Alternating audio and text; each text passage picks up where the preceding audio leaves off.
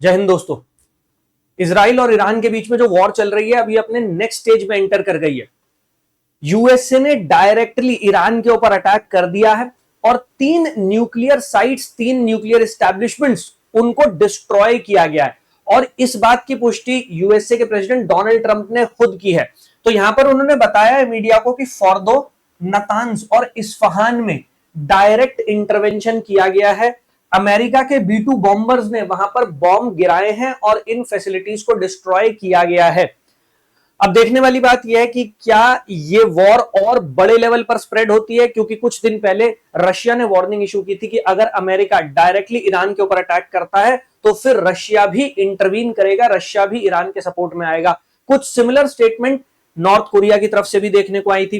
तो क्या अब ये वॉर मिडिल ईस्ट से स्प्रेड करके एक काफी बड़े एरिया तक फैल जाएगी, वो देखने वाली बात होगी। फिलहाल डोनाल्ड ट्रंप ने क्या बताया है वो देख लेते हैं। डोनाल्ड ट्रंप ने कहा कि भाई हमने B-2 बॉम्बर्स का इस्तेमाल किया है और 30,000 पाउंड्स का एक बम है अमेरिका के पास जिसे कहा जाता है बंकर बस्टर, उसका इस्तेमाल किया गया है। और इसके बाद डोनाल्ड ट्रंप ने यह भी कहा now it is time for piece. तो एक तरीके से वो चिढ़ाने की कोशिश कर रहे हैं, सरकास्टिक हो रहे हैं, जहां पर वो ये कह रहे हैं कि भाई हमारे जितने मिलिट्री एयरक्राफ्ट्स हैं वो सारे के सारे वापस आ गए हैं, ये ऑपरेशन बहुत सक्सेसफुल हुआ है और इसके साथ साथ it is a historic movement for United states and Israel. तो इजराइल और यूएस के लिए ऐतिहासिक पल है ये।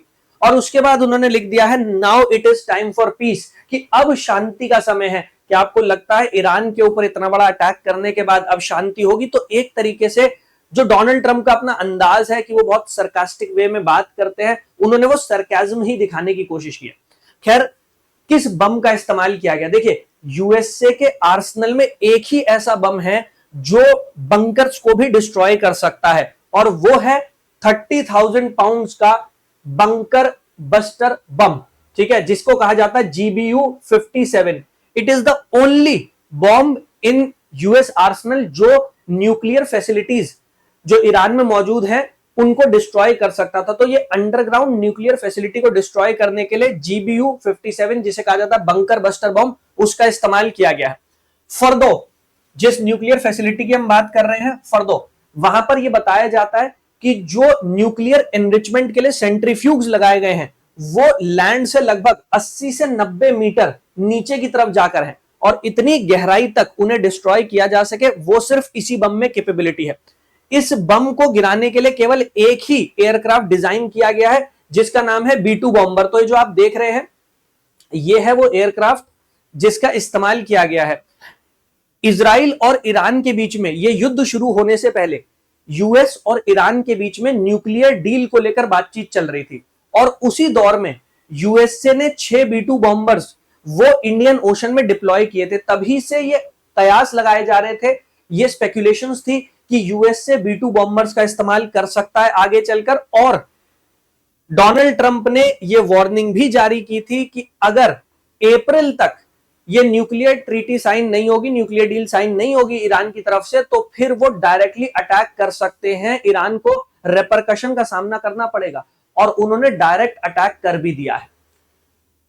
इसके साथ साथ उन्होंने कंफर्म किया है, मीडिया से बातचीत की है, इंटरव्यू आया उन्हें, जहां पर उन्होंने कहा कि हमने 6 बंकर बस्टर बम का इस्तेमाल किया। अब आप सोचिए 30,000 पाउंड ऑफ एक्सप्लोजिव है उस बम में, ऐसे 6 बॉम्ब्स का इस्तेमाल किया गया है उस फैसिलिटी को डिस्ट्रॉय करने के लिए जिसकी हम बात कर रहे हैं, फर्दो। इसके साथ साथ 30 टॉम हॉक मिसाइल्स वो भी दागी गई हैं नतांज और इस्फहान पर। तो क्योंकि नतांज और इस्फहान वो इतनी डेप्थ में जाकर नहीं बनाई गई हैं जितनी डेप्थ में फर्दो को बनाया गया था, इसी वजह से 6 बंकर बस्टर बम गिराए गए हैं।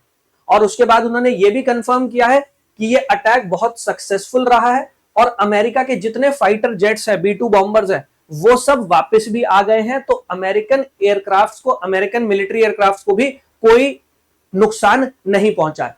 Tonight I can report to the world that strikes were a spectacular military success, emphasizing the mission's goal to stop Iran's nuclear enrichment capacity and put a stop to the nuclear threat। तो वो clearly ये बात कर रहे हैं कि हमने जो अटैक प्लान किया था इट हैज बीन सक्सेसफुल। हमारा पर्पस क्या है? हमारा पर्पस है ईरान का न्यूक्लियर एनरिचमेंट उसको रोकना, और ईरान से जो पूरी दुनिया को न्यूक्लियर थ्रेट है, न्यूक्लियर वेपन का खतरा है, उसको रोकना। तो पाकिस्तान जैसी कंट्रीज जहां पर आतंकवाद बढ़ता चला जा रहा है, उससे दुनिया को न्यूक्लियर थ्रेट का खतरा नहीं है, लेकिन ईरान की तरफ से अमेरिका को न्यूक्लियर थ्रेट का खतरा है।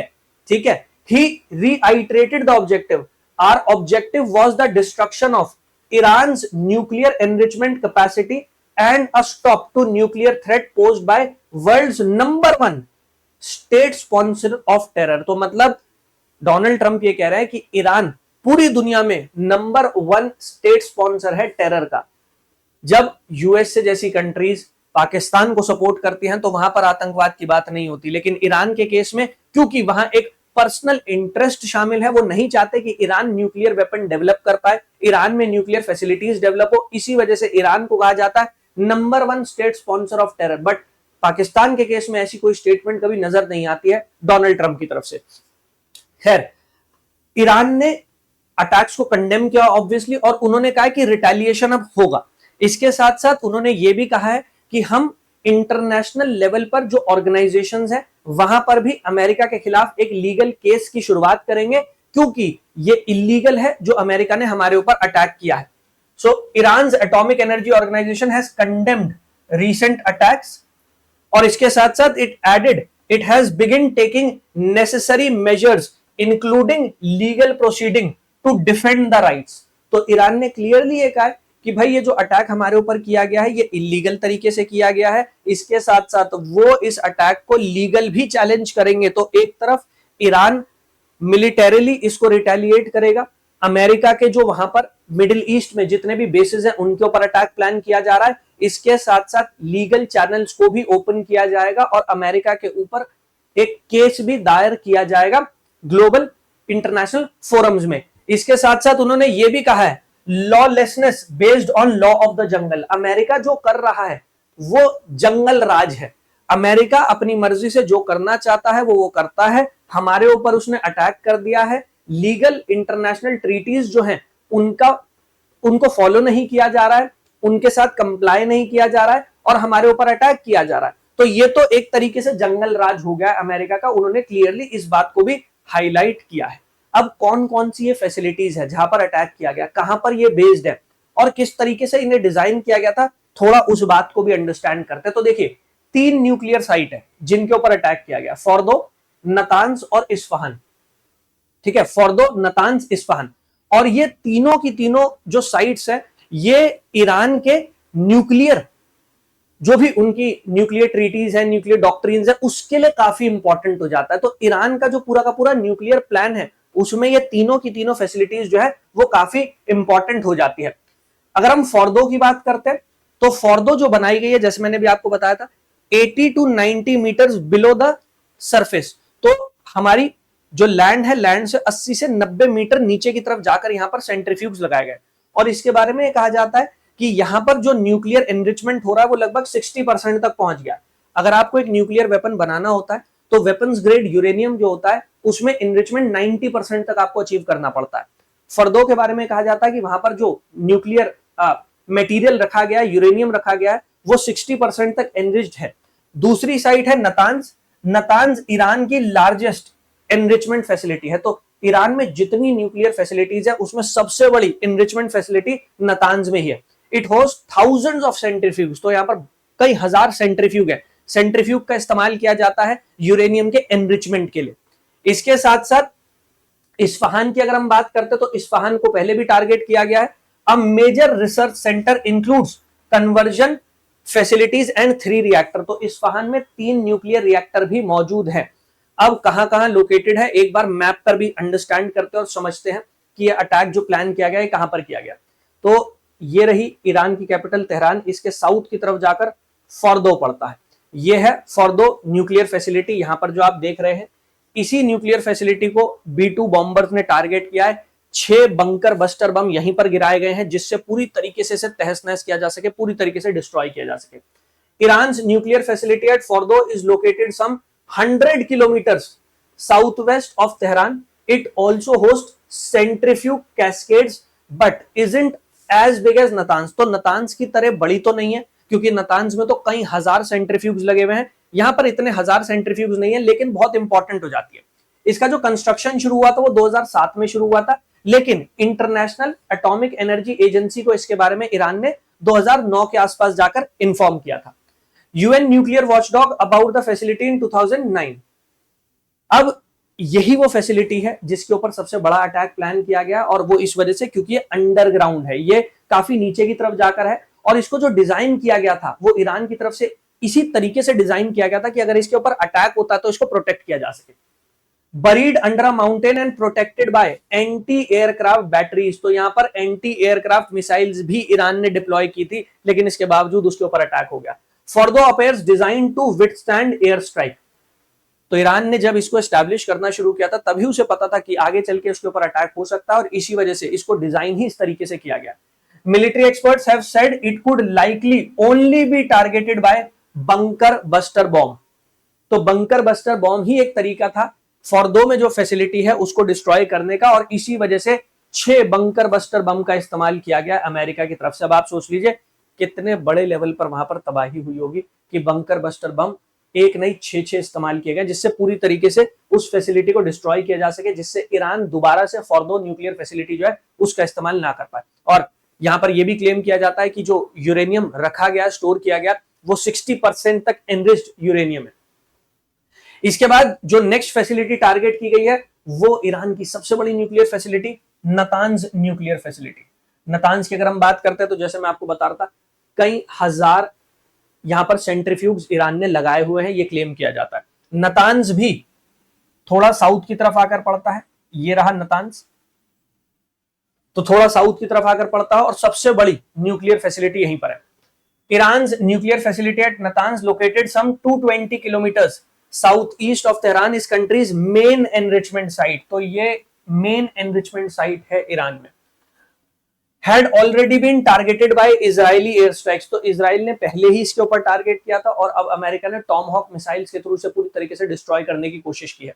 Uranium has been enriched up to 60% purity at the site. तो इसके बारे में भी ये कहा जा रहा है कि भाई यहां पर जो यूरेनियम रखा गया है वो लगभग 60% तक एनरिच्ड है, और इसी वजह से इजराइल ने क्लेम किया था कि ईरान हो सकता है 15 न्यूक्लियर वेपन बना ले। उसके पास इतना एनरिच यूरेनियम आ गया है कि वो 15 न्यूक्लियर वेपन बना सकता है, और अगर ईरान ने न्यूक्लियर वेपन बना लिया तो वो इजराइल की एग्जिस्टेंस के लिए ही एक खतरा हो जाएगा, ये क्लेम किया गया था, और इसी वजह से इजराइल ने अटैक कर दिया था अचानक ईरान के ऊपर। खैर अब जो अटैक हुआ है वो अमेरिका की तरफ से हुआ है, और हो सकता है कि ये वॉर अब और बड़े लेवल पर और मैसिव लेवल पर फैल जाए, क्योंकि ईरान ने भी रिटेलिएशन का अनाउंस कर दिया है। और कुछ दिन पहले जैसे मैंने आपको समझाया कि रशिया तो ओपनली ईरान के सपोर्ट में आ गया था। Now we are going to see कि भाई रशिया एक्चुअली आगे चलकर ईरान की कितनी मदद करता है, और क्या डिप्लोमेटिक चैनल्स का इस्तेमाल करके इस सिचुएशन को डिफ्यूज किया जाता है, या फिर ये ब्लोन आउट ऑफ प्रोपोर्शन न चली जाए। तीसरी फैसिलिटी जिसके ऊपर अटैक किया गया वो है इस्फहान न्यूक्लियर फैसिलिटी, और इस्फहान न्यूक्लियर फैसिलिटी के ऊपर इजराइल ने भी कुछ दिन पहले अटैक किया था, पूरी तरीके से इसको डिस्ट्रॉय कर दिया गया था। कुछ ऐसी इमेजेस सामने आई थी जहां पर दिख रहा था कि कितने बड़े लेवल पर डिस्ट्रक्शन हुआ है। अब एक बार यूएसए की तरफ से भी वो अटैक कर दिया गया। यहां पर ना केवल ईरान की न्यूक्लियर फैसिलिटी बल्कि it is home to 3 Chinese research reactor. तो चाइना ने भी यहां पर 3 रिसर्च रिएक्टर्स एस्टैब्लिश किए हैं। हालांकि उनको तो डिस्ट्रक्शन नहीं हुआ है, लेकिन जो ईरान के अपने रिएक्टर्स लगे हुए थे उनको जरूर यहां पर डिस्ट्रक्शन देखने को मिला है। और इसके साथ साथ यहां पर रिसर्च लैबोरेटरीज भी हैं जिनमें यूरेनियम एनरिचमेंट को लेकर, न्यूक्लियर वेपन्स को लेकर काफी सारी रिसर्च चल रही थी, तो उसको भी पूरी तरीके से खत्म करने की कोशिश की गई है। तो अब ये वॉर अपने नेक्स्ट फेज में पहुंच गई है, क्योंकि डायरेक्ट यूएस का इंटरवेंशन आ गया है।